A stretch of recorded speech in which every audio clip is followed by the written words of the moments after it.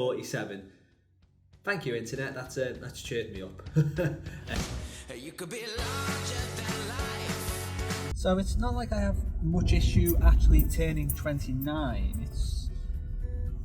It is one year away now to the big 30. But it's more that on my neighbour. It's more that on my birthday I always reflect on myself, sort of personally, socially, like how I've grown as a person and what I kind of want to see in the next year. And there are quite a few things that I've kind of let myself go on personally, and I really need to make a change this year to enter my 30s in a better place, especially as I'll be entering my 30s, of course, as a dad now. It'll be very different. But let's start on the positive. What went well this year? So I knew on my last birthday that come this birthday, come when I turn 29, that either we'll be trying to have a baby, or as the case is now, Claire's pregnant. She's on our way to our 20-week scan soon. And it's because of this that I really wanted to make sure that I was in a good place with work. There's some ducks on the road. I really wanted, it's funny what you come across on the road.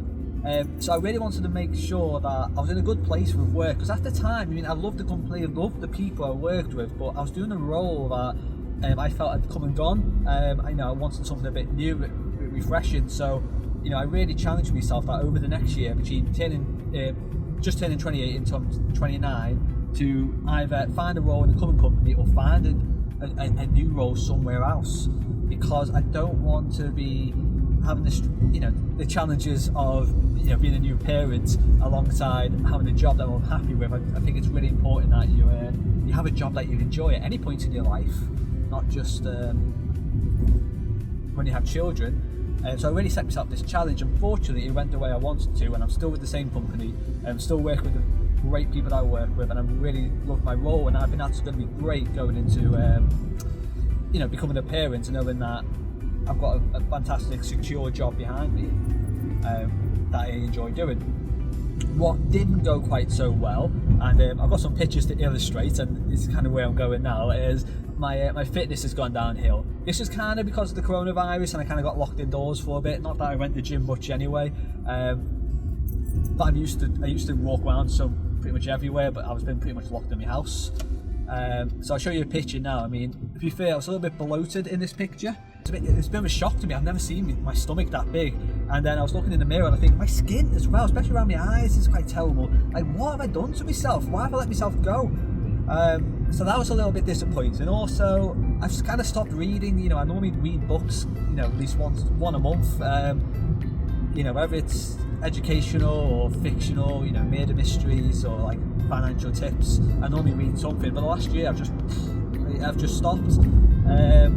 Cooking and baking is something I've got into in the last year, so I'm happy about that, but I want to take that a little bit further. To be honest, I'm a little bit nervous because this light, this traffic light's broke. So yeah, I want to eat a bit more fruits. I want to stop eating chocolate digestive biscuits, chocolate cake, popcorn. I'm a terrible binge eater. I love to snack. To be fair, I'm going to be having chocolate cake later. Because it's my birthday, that's allowed. But I need to stop all that as well. And what I'm doing now is I'm on my way to there's this beautiful park in Preston, Avening Park. When I first came here, I pronounced it Avening Park, and I was corrected instantly by an OG Prestonian. Beautiful park to run around. It's ready to do the park run, so I know it. I'm going to do a 5k and see how well I do. I'm going to be impressed if I even finish it, because I went for a little jog 2 days ago and I barely lasted 2k, so I don't know how I'm going to do 5k now. I'm going to try and finish it even if I have to walk across the line, and I'll let you guys know how it did.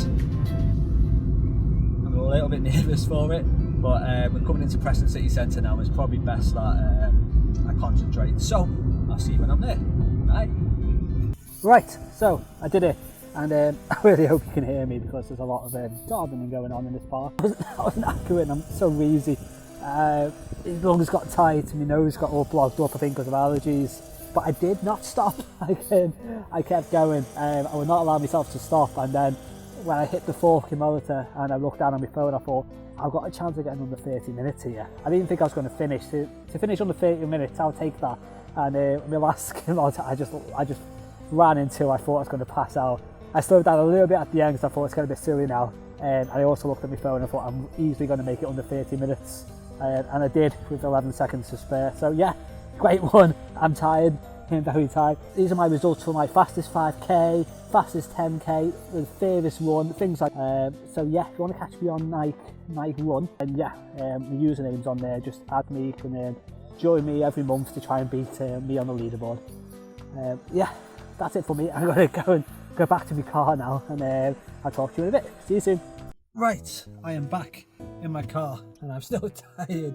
But I've got my big burrito here that I made yesterday. It's always good to make a little bit of extra dinner because then you can save it for lunch the next day. Normally I have it like when I'm in work, but I'm about to go walk through the shops, and if I eat this now, it will avoid. I'll be able to resist any sort of temptation to go and buy a pasty or something like that. Would be a waste after having a nice one like that. By the way, it's a healthy burrito. You know, it's a lot of minced beef and a lot of veg. It's just something. It's not the best thing to have after a run. You know, it's normally best to have a banana, maybe like a protein drink. But I just want to eat something quite substantial because I know if I don't, I'll end up buying a pasty.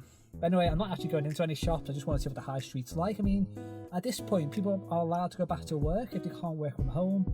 So I should imagine some shops are open. I'm interested to know if charity shops are open because we've got a lot of stuff to give away, which is a good point actually.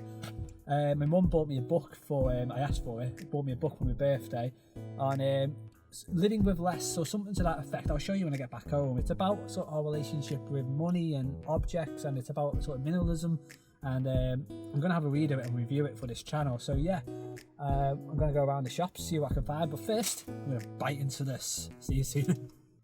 Right, so that was my sort of running vlog and me talking about my personal experience. I hope you enjoyed it. This is the book in question I was talking about. The Year of Less is something I'm going to start reading today. I think it's sort of about minimalism, guessing by the name, but also about our relationship with money and objects, and I think it'll be quite useful. And this vlog has kind of got like a personal development side to it and how I want to grow as a person. As I said in the vlog, you know, it's a lot of health and fitness I want to improve. I want to get better at cooking and baking, but reading as well. Looking after my skin. I'm not sure if you saw a review video we did on this little phone box, but Claire's gave me a face mask from it, which I think I'll put on later. I think it's important to set yourself sort of goals, you know, for personal and I keep going to say social development.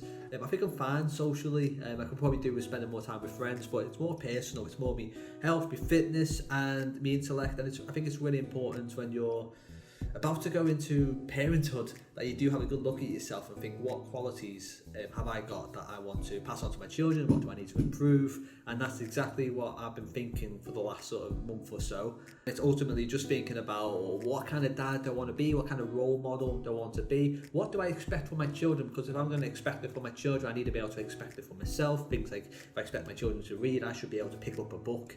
If I want my kids to be active and fit, be able to get out of the house, I should be able to do that too.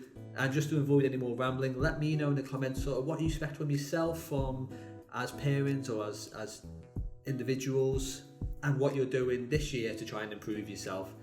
I hope you enjoyed this vlog. It's a little bit different. I know we haven't talked much about kids in it, but it's about me trying to develop myself as the right kind of dad that I want to be. I hope you enjoyed it. See you in the next vlog. Bye bye. You could be larger than life, bigger than the world, living out the hopes and dreams of every boy and every girl. You could fly higher than the sky, shine brighter than the stars. You could have all you ever wanted, shoot the moon and reach for Mars. You know you could.